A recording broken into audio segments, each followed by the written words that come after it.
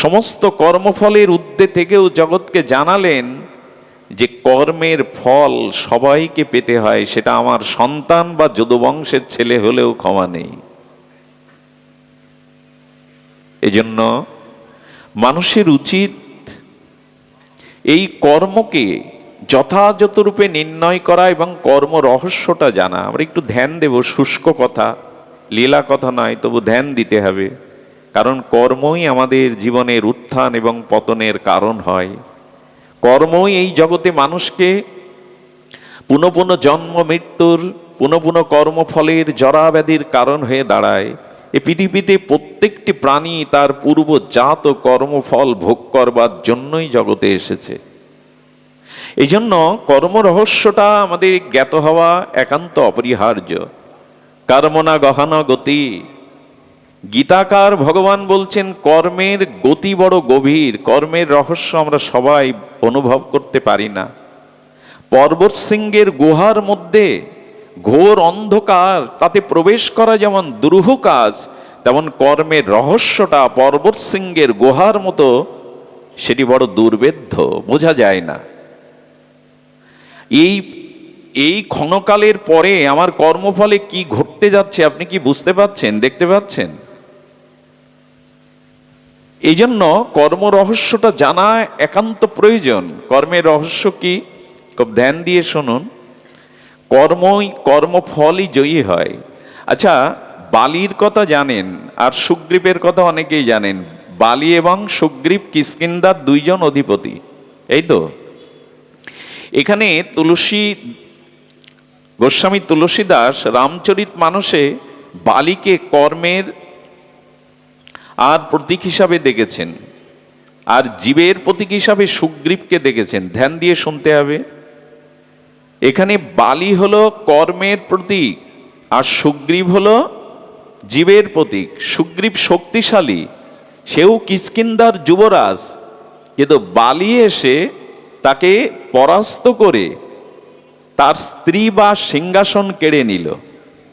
সুগ্রীবের বল ছিল, তিনিও রাজ অধিরাজ ছিলেন, কিন্তু তিনি বালির শক্তির কাছে পেরে উঠলেন না। বালি তাকে পরাস্ত করে তার স্ত্রী, তার রাজ্য, তার সিংহাসন মর্যাদা কেড়ে নিয়ে তাড়িয়ে দিলেন। মাঝে মাঝে জীবের ক্ষমতা থাকতেও, জীবের অধিকার থাকতেও, জীবের পদ প্রতিষ্ঠা দক্ষতা থাকতেও, চেষ্টা থাকার পরেও জীব পরাজিত হয় কার কাছে? কর্মের কাছে। সুগ্রীবের শক্তি ছিল, তিনিও রাজা ছিলেন, কিন্তু বালিরূপ কর্মের কাছে মাঝে মাঝে জীবকে হেরে যেতে হয়। মাঝে মাঝে আমরা হেরে যাই, পারি কি? কর্মফলের কাছে পেরে উঠি কি? জীবনটা যেভাবে সাজাতে চেয়েছিলাম আদৌ তা পারিনি, কারণ আমরা জীব, আমরা কর্মফলের কাছে চিরদিনই পরাজিত হই। বালির কাছে যেমন সুগ্রীব বারবার পরাজিত হচ্ছে। দেখুন, কর্মফল এমন একটা জিনিস, আশ্চর্য হতে হয়। যারা শ্রীবৎস রাজার উপাখ্যান পড়েছেন, বিশেষ করে আমাদের গ্রহরাজ শনির, এটা পাঁচালিতে আছে। শ্রীবৎস রাজার গ্রহদোষের কারণে বনের পোড়া মাছ ধুয়ে, নদীর জলে পোড়া মাছটা ধুয়ে ওইটা ভক্ষণ করে বেঁচে থাকবার নিমিত্তে পোড়া মাছ ধুতে গেলে পোড়া মাছ নাকি লাফিয়ে চলে গেল। জানি না এটা সত্য মিথ্যার, কিন্তু কর্ম যদি আপনার বিরূপ হয়, তো আপনি যতই শক্তিশালী হন, যতই আপনার ক্ষমতা থাকুক, কর্মের কাছে জীব কোনোদিন পেরে ওঠেনি। এই পৃথিবীতে এই জন্য ঈশ্বর হয়েও যখন লীলা করতে এসেছেন, স্বয়ং রামচন্দ্রকেও রাজত্ব অভিষেকের দিন, তাকে রাজ মুকুট পরার দিন বনবাসে যেতে হয়, স্বয়ং ভগবানকে। এবং ভগবানের পিতা যিনি দশরথ চক্রবর্তী সম্রাট, তিনি গুরু বশিষ্ঠের কাছে শুভ দিনের নির্ঘণ্ট করলেন, আমি রামকে অভিষেক করবে, একটা শুভ দিন দেখে দিন। আমরা যেমন দেখি, তো বশিষ্ঠ ঋষি শ্রেষ্ঠ, ত্রিকালজ্ঞ, তবু বশিষ্ঠের দিনক্ষণ কাজে লাগলো কি? কর্ম যদি প্রবল হয়, তাহলে ঋষি বশিষ্ঠেরও শুভক্ষণ নির্ঘণ্ট কাজে লাগে না। দেখুন, এবং ভগবানের পিতা হয়েও তার ইচ্ছা পূরণ হয়নি। এমনকি রঘুপতি রামচন্দ্র মা জানকীকে হারিয়ে, স্ত্রীকে হারিয়ে বনে বনে কাঁদছেন। এটি কি ভগবানের কাজ? সর্বজ্ঞ ভগবানের কাজ। ভগবানের কর্মফল নাই। যেমন আকাশকে আঘাত করা যায় না, কামান ডেগে বন্দুক ছুরি দিয়ে আকাশকে আঘাত করতে পারবেন কখনো? সূর্যতে কখনো অন্ধকার নামবে না। সূর্য সেই ভাস্কর সূর্যে কখনো আধার নামবে না। সে সূর্য গ্রহণ হতে পারে, তাই বলে সূর্যের যে তেজরশ্মি মহাপ্রলয় ছাড়া স্তিমিত হবে না। তেমনি কর্মফলের হাত থেকে আমাদের কারো রেহাই নাই। তো মাঝে মাঝে জীবরূপ সুগ্রীব আর কর্মফল রূপ বালির কাছে মাঝে মাঝে পরাস্ত হয়ে স্ত্রী, সম্পদ, সম্মান সব হারাতে হয়। হলো কি না? আচ্ছা, কর্মফল এড়ানোর বা কর্মফলের যে প্রারব্ধকে সেটি ক্ষয় করবার কোনো উপায় কি শাস্ত্র বলেছে?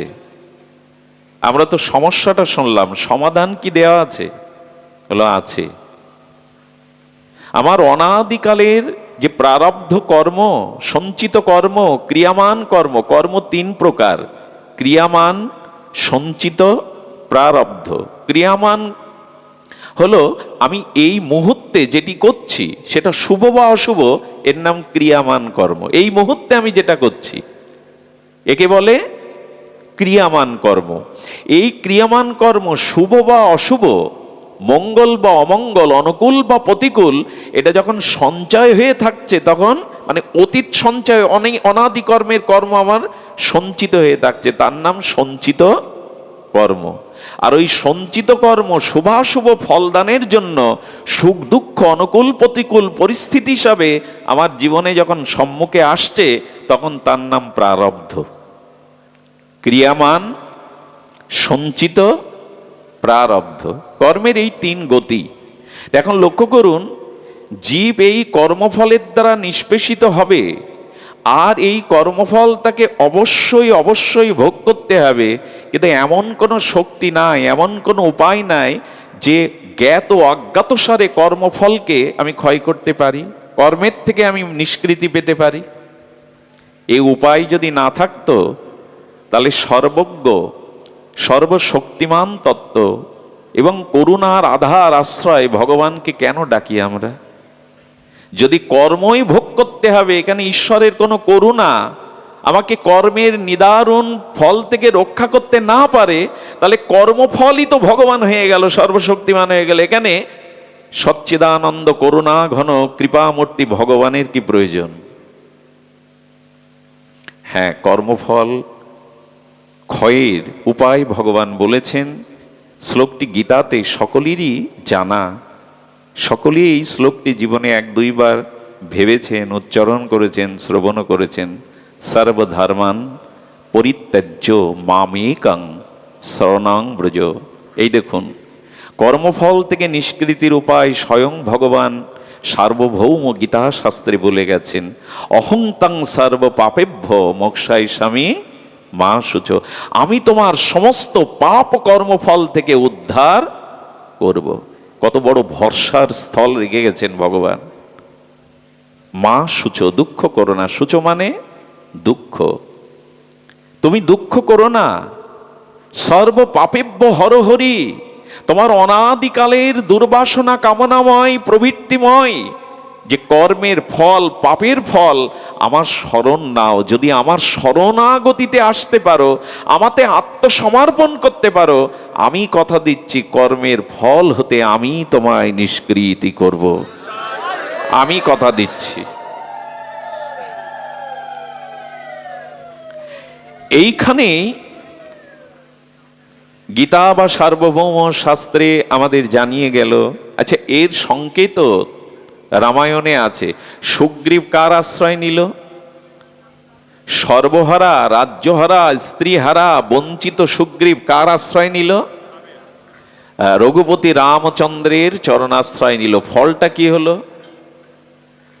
রঘুপতি রামচন্দ্রের সাথে সখ্যরসে মিলিত হয়ে, সখা হয়ে, বন্ধু হয়ে রাম বলল, যে আমার চরণে শরণ নেয়, আমাতে আত্মসমর্পণ করে, সেই বঞ্চিতকে আমি সর্বোচ্চ আর তার অধিকার ফিরিয়ে দিই। রামচন্দ্র বালিকে বধ করলেন, বালিকে বধ করে সুগ্রীবের হারানো রাজ্য, পদমর্যাদা, স্ত্রী, সম্মান ফিরিয়ে দিলেন। সংকেত কি দিল? যারা ভগবানের চরণাশ্রয় করবে, ভগবান চরণাশ্রিত সমর্পিত সেই ভক্তের, সেই জীবের সমস্ত গুণ এবং কল্যাণ ভগবান নিজেই প্রতিষ্ঠিত করবেন, এবং একমাত্র ভগবানের চরণ আশ্রয় করার ফলে জীব কর্মফল আসবে, কিন্তু কর্মফলের সেই নিদারুণ, প্রারব্ধের সেই নিদারুণ প্রতিকূল অবস্থার মধ্যেও তিনি ভগবানের কৃপারূপ, করুণারূপ, কারুণ্যরূপ কৃপাতে তিনি শান্ত থাকবেন, বিজয়ী হবেন। পরম বিজয়তে শ্রীকৃষ্ণ সংকীর্তনম। যদি ভগবানের নাম, ভগবানের রাতুল আতুল অভয় চরণারবিন্দ আশ্রয় নিতে পারো, যদি নিষ্কপটভাবে ভগবানের চরণকে অবলম্বন করতে পারো, ভগবান বললেন সর্ব পাপ হতে আমি তোমায় মুক্ত করব। অর্থাৎ ভগবানের সাথে যদি কারো সম্বন্ধ হয়, সেটা যদি নিষ্কপট হয়, যথার্থ সম্বন্ধ হয়, ভগবান অবশ্যই তাকে। আচ্ছা, আপনাদের প্রশ্ন আসতে পারে, বালিকে বধ করলেন, এটা রঘুপতি রামচন্দ্রের কি যথার্থ হলো? এক ভাইকে রাজ্য ফিরিয়ে দিয়ে আর এক ভাইকে বনের পশুর মতো অলক্ষ্যে হত্যা করলেন, প্রভু এটা তোমার কোন ন্যায় বিচার? এখানে আমি সাংকেতিকভাবে বলেছি, সাংকেতিকভাবে, যে বালি হলো কর্মের প্রতীক আর জীবের প্রতীক সুগ্রীব। তো কর্মফলের দ্বারা জীব যখন পরাজিত হয়, সেই জীব আবার জয়ী হতে পারে সর্বকর্ম ফলদাতা, আশ্রয়দাতা, অহেতুক গুণসিন্ধু, করুণা সিন্ধু, ভক্তবৎসল ভগবানের চরণাশ্রয় করলে জীব যে কর্মফলের কাছে পেরে উঠছিল না, তখন সেই জীব গোবিন্দ কৃপায় শক্তিমান হয়ে কর্মকেই পরাস্ত করতে পারে, কর্মফলকে সে পরাস্ত করতে পারে, পরাস্ত করতে অবশ্যই পারে। এটি ভগবানের কৃপা। কারণ কর্তম অকর্তম সর্বদা কর্তম অন্যতা কর্তম, ভগবানের পক্ষে কোনো কিছুই অসম্ভব নয়। তবে এই প্রশ্নের মীমাংসা আমরা করি। বালি বধ করার পরে বললেন ভগবান, লক্ষ্য করুন কি অপূর্ব এই জিজ্ঞাসাটা। অনেকে এই নিয়ে প্রশ্ন তোলেন মর্যাদা পুরুষোত্তম রাঘবেন্দ্র রামের প্রতি, এটি কি অবিচার নয়? বালি বলছেন, তুমি ভগবান, আমাকে তুমি সম্মুখ সমরে যুদ্ধের দ্বারা পরাস্ত করো, এটাই তোমার বীর্যবত্তা। বনের পশুকেও মানুষ সামনে শিকার করে, আর তুমি আমার অলক্ষ্যে পেছন থেকে পশুর মতো হত্যা করলে, কি জবাব তোমার কাছে চাইব প্রভু? রামচন্দ্র আপাত উত্তর তিনি দিলেন না, অপেক্ষা করছেন বালি কি বলে। বললেন, প্রভু শুনুন, আমাকে যে আপনি বধ করলেন, হ্যাঁ, আপনি অধর্মের নাশ করবার জন্য, ধর্ম প্রতিষ্ঠিত করবার জন্য আপনি আসেন। অধর্ম যখন গ্লানি রূপে পৃথিবীতে বিস্তার লাভ করে, আপনি অধর্মকে নাশ করেন, অধার্মিককে নাশ করেন, সাধুদের পরিত্রাণ করেন, এটা বলেছেন। তো আমি তো কিষ্কিন্ধার বানর জাতি, পশু জাতি, আমার দ্বারা তো পশুত্ব কর্ম হবেই। রাম বলছে ছোট ভাইয়ের স্ত্রীকে জোর করে হরণ করা, ছোট ভাইয়ের অধিকার বঞ্চিত করে তার রাজ সিংহাসন কেড়ে নেওয়া।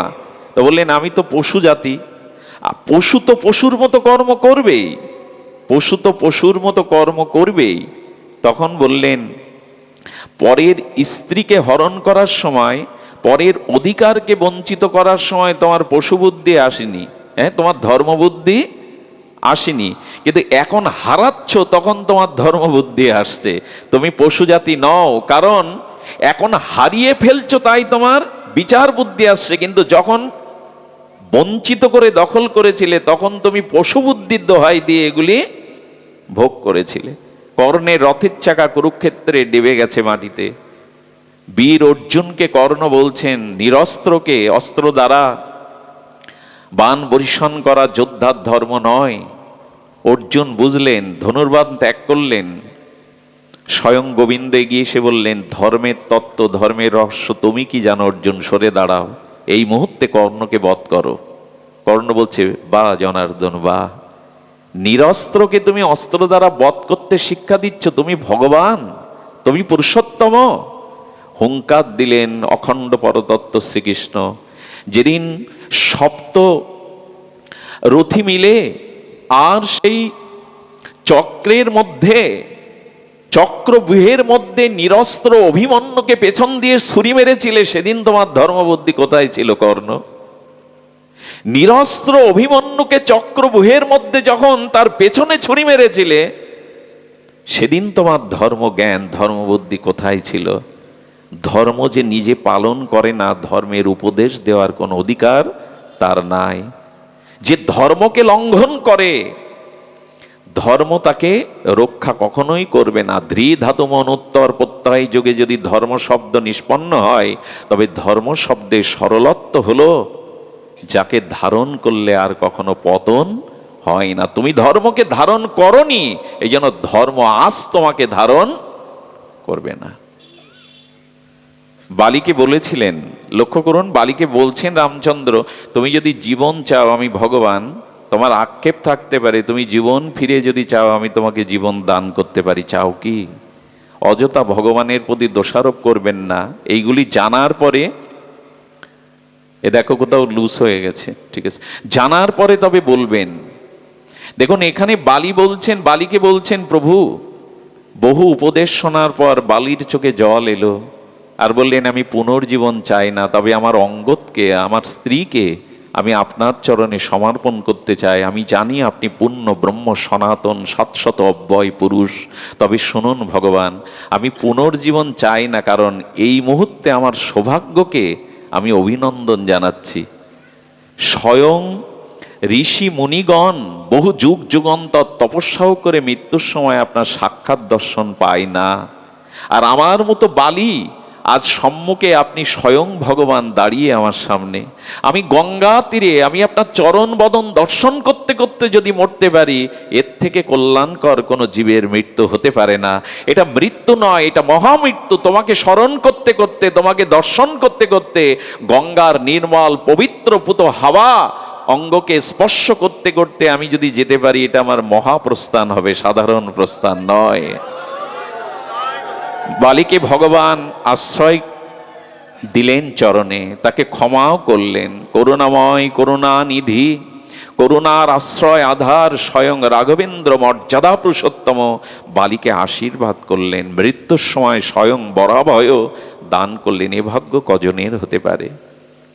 শুধু ভক্তগণ, কিন্তু এর পরের কথাটা আমাদের জন্য বড় শ্রেয়। পরের কথাটা কি জানেন? সুগ্রীব বন্ধুত্ব করলো, কর্মফলকে পরাস্ত করলো ভগবানের অশেষ বিশেষ করুণায়, আর কথা দিল কি, তুমি কর্মকে পরাস্ত করে তুমি জয়ী হয়েছ, এখন তোমাকে আর একটা কর্ম করতে হবে। কথাটি খুব রহস্যব্যঞ্জক, একটু যদি হৃদয়ে গ্রহণ করেন। রাম ভগবান বললেন, সুগ্রীব রাজ্য পেয়েছ, অধিকার ফিরে পেয়েছ, পদ প্রতিষ্ঠা ফিরে পেয়েছ, কিন্তু রাজ্য পাওয়া, স্ত্রী পাওয়া, সম্মান পাওয়া, মর্যাদা পাওয়া, ধন ঐশ্বর্য পাওয়া, সমাজের সুনাম সুখ্যাতি পাওয়াটা জীবনের শ্রেষ্ঠ কর্ম নয়। শ্রেষ্ঠ কর্ম হলো ভক্তিকে অন্বেষণ করা, অর্থাৎ সীতাকে অন্বেষণ করা। সীতা কে? জগৎজননী লাদিনী শক্তি। সীতা হলো ভক্তির মূর্তিমন্ত বিগ্রহ। অর্থাৎ রামচন্দ্র জানালেন জগৎকে, স্ত্রী পুত্র বিষয় বৈভব পদ মর্যাদা জগতে কর্মের দ্বারা তুমি যা পেয়েছ, এর ঊর্ধ্বে একটি শ্রেষ্ঠতর কর্ম আছে, ভগবান বা ভক্তিকে অন্বেষণ করা, ভক্তিময় কর্ম করা। কি সংকেত দিচ্ছে দেখুন, আমাদের রামায়ণ মহাভারত সাধারণ কাব্যগ্রন্থ নয়। বললেন জীবনের সর্বশ্রেষ্ঠ কর্ম হলো সংসারের সকল কর্মের মধ্যে ভক্তি কর্ম করা, ভগবত ভজনের কর্ম করা। এটা কি আমরা করি? কর্ম তো রাত দিন করছি, সংসার সুখের জন্য, অর্থ সামর্থ্য মর্যাদা, সমাজে নিজের প্রাপ্তির জন্য সারাটা জীবন কর্ম করে গেলাম। নিজের বিবেকের কাছে, নিজের বিচারের কাছে একবার বিচার দিন তো, যে কর্ম করতে এসেছিলাম সেই ভগবত কর্ম, ভক্তি কর্ম কি হলো আমাদের জীবনে? আমি সকল কাজের পাই হে সময়, তোমারে ডাকিতে পাইনি। আমি চাহি দ্বারা সুত সুখ সম্মিলন, তব সঙ্গ সুখ চাইনি। আমি কতই যে করি বৃথা পর্যটন, তোমার কাছে তো যাইনি। আমি কত কি যে খাই ভস্য আর ছাই, তব প্রেমামৃত খাইনে। আমি কত গান গাই মনের হরষে, তোমার মহিমা গাইনে। আমি বাহিরের দুটো আঁখি মেলে চাই, জ্ঞান আঁখি মেলে চাইনি। আমি কার তরে দেই আপনা বিলায়ে, ওপদ তলে তো বিকাইনে। আমি সবারে শেখাই কত নীতি কথা, মনেরে শুধু শেখাইনে। আমি সকল কাজের পাই হে সময়, তোমারে ডাকিতে পাইনে। এটা হবে কেন? মনুষ্য জীবন ভজনের জন্য, মনুষ্য জীবন ঈশ্বর আরাধনার জন্য, এই জীবনের সার্থকতা ঈশ্বর প্রাপ্তির জন্য। কিন্তু সেই কর্মটাই সুগ্রীবের মতো আমাদের বাদ পড়ে গেল। সুগ্রীব কি করলো? রাজ্য পেল, স্ত্রী পেল, সমস্ত মর্যাদা পেয়ে 4 মাসের মধ্যে রামের কুশলতাও পর্যন্ত জিজ্ঞাসা করতে কোনোদিন যায়নি। এই হলো জীবের, আগেই বলেছি সুগ্রীব হলো জীবের প্রতীক। আমরা কি পাই? সংসার পাই, স্ত্রী পুত্র, জাগতিক সুখ পাই। পেয়ে সেই দিয়ে আসা কথা ভগবানের কাছে, যার জন্য সব পেয়েছি, সেই তার অন্বেষণার কি সংকেত দেখুন রামায়ণ। সুগ্রীব রাজ্য পেয়ে, নাচ গান ভোগ ঐশ্বর্য পেয়ে 4 মাসের, ওই 4 মাস প্রভু কি করছিলেন? 4 মাস প্রভু চাতুর্মাস্য ব্রত পালন করছিলেন। রঘুপতি রামচন্দ্র বর্ষার সময় এসে যায়, ঋষিমুনির সাথে উনি চাতুর্মাস্য ব্রত, এই ত্যাগ বৈরাগ্যের ব্রত পালন করছিলেন। 4 মাস পূর্ণ হলে লক্ষণকেই রঘুপতি রাম বললেন, জীবের দশা আর সুগ্রীবের দশা এক। জীব আমাকে কথা দিয়ে জগতে আসে, ঐশ্বর্য পেয়ে, যাকে আমি সকল কিছু অর্পণ করি, এই জগতের আলো বাতাস, অনন্ত বিশ্ব ব্রহ্মাণ্ড, দুর্লভ মনুষ্য জন্ম, স্ত্রীর প্রণয়, পুত্রকন্যার বিনয়, পিতামাতার স্নেহ, নির্মল বাতাবরণ, ফুলের গন্ধ, পাখির কণ্ঠে কলকাকলি, নীল আকাশ, সমুদ্রের অগাধ গম্ভীরতা, এসব তার জন্যই আমি সৃষ্টি করি। যে অথচ সে আমার দিকে তাকালো না, আমার দিকে চাইল না। সকল কাজের সময় আছে, আমার কাছে আসবার সময় নেই। রবীন্দ্রনাথ তার এক চরণে বলেছিলেন, এই আমার সকল দুঃখের প্রদীপ জেলে যেন সন্ধ্যায় তোমার কাছে নিবেদন করতে পারি। হৃদয় দেবতা আছো যে প্রাণে, মন যেন তাহা নিয়ত জানে। কবিগুরু বললেন, হৃদয় দেবতা আছো যে প্রাণে, মন যেন তাহা নিয়ত কই জানে কই। তিনি আমার মধ্যে আছেন, আমার হৃদয়ে আছেন, হৃদয়ের স্বর। তিনি তো হৃদয়ে আছেন, কই জানি না তো। আমি বাহির পানে চোখ মেলেছি, হৃদয় পানে। কত বড় অকৃতজ্ঞ আমরা হলে, আমার মতো মাদিস জীব হলে এটা হয়। এই জগৎ সৃষ্টি করলেন আমার আপনার জন্য। এই যত গন্ধ গান, এই যত সুন্দরের মেলা, জগতের আনন্দ যজ্ঞে আমার নিমন্ত্রণ। ভগবান আমাকে নিমন্ত্রণ করেছেন এই আনন্দ যজ্ঞে। এই জগৎটা আনন্দেরই, শুধু দুঃখে ভরা না। সেই আনন্দ যজ্ঞে নিমন্ত্রণ পেলাম, কিন্তু যার নিমন্ত্রণ পেলাম তার প্রতি কৃতজ্ঞতা নাই। রাম বললেন, লক্ষণ, যে বানে আমি বালিকে বধ করেছি, আগামীকাল সকালে সেই বানেই আমি সুগ্রীবকে বধ করব। খুব ধ্যান দিতে হবে, কতটি সংকেত অপেক্ষা করছে আমাদের জন্য। এদিকে দৃষ্টি দিন, পাঠের মধ্যে অন্যদিকে দৃষ্টি না দেওয়াই উচিত, যাই ঘটুক। কি বলছিলাম?